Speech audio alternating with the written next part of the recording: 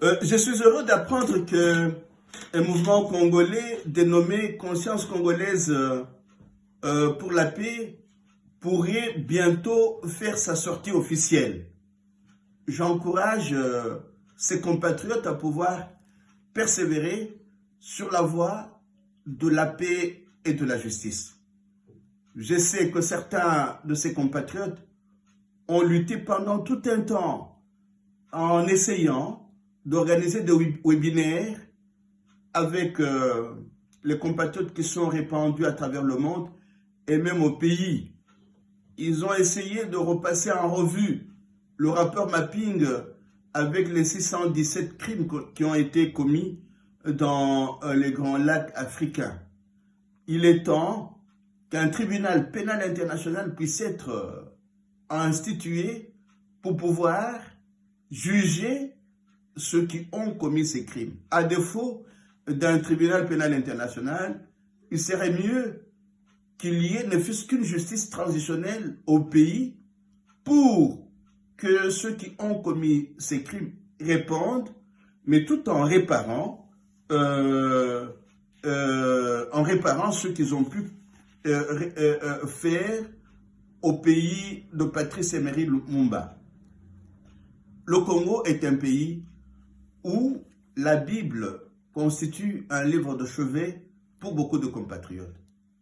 Ils ne devraient pas oublier, surtout les compatriotes catholiques, ils ne devraient pas oublier que pendant ce moment favorable que le Seigneur nous accorde et que nous appelons le carême, il y a certains prophètes à relire, comme le prophète Isaïe.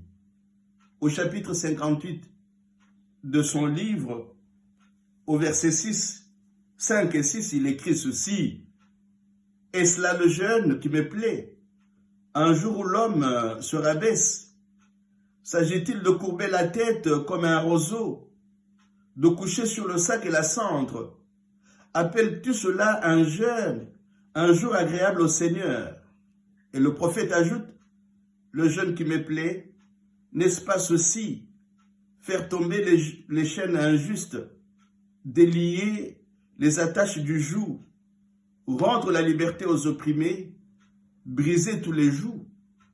S'inscrire dans cette tradition prophétique pourrait nous conduire à relire par exemple notre prophète, le prophète Amos, au chapitre 2, versets 6 jusqu'à 7a. Le prophète écrit ceci: « Ainsi parle le Seigneur, à cause de 3 crimes d'Israël, et même de 4, je l'ai décidé sans retour. Ils vendent le faible pour de l'argent, le malheureux pour une paire de sandales. Ils écrasent la tête des faibles dans la poussière.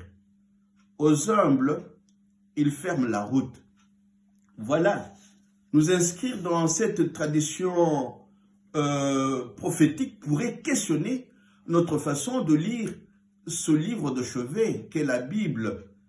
Et là, des écrivains, des penseurs qui m'ont aidé à pouvoir comprendre davantage le rôle des prophètes dans la Bible, c'est Noam Chomsky, dans ce livre intitulé « 2 heures de lucidité ».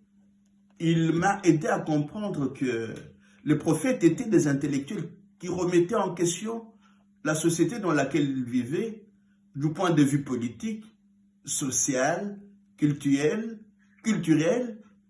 et souvent, ils étaient envoyés au désert et ils étaient même tués.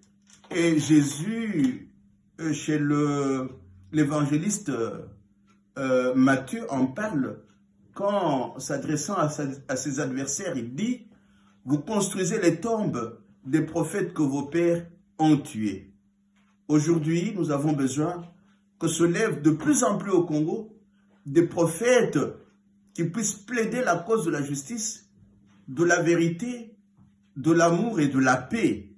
Et là, nous pouvons rejoindre le psalmiste au psaume 84, du verset 9 au verset 12.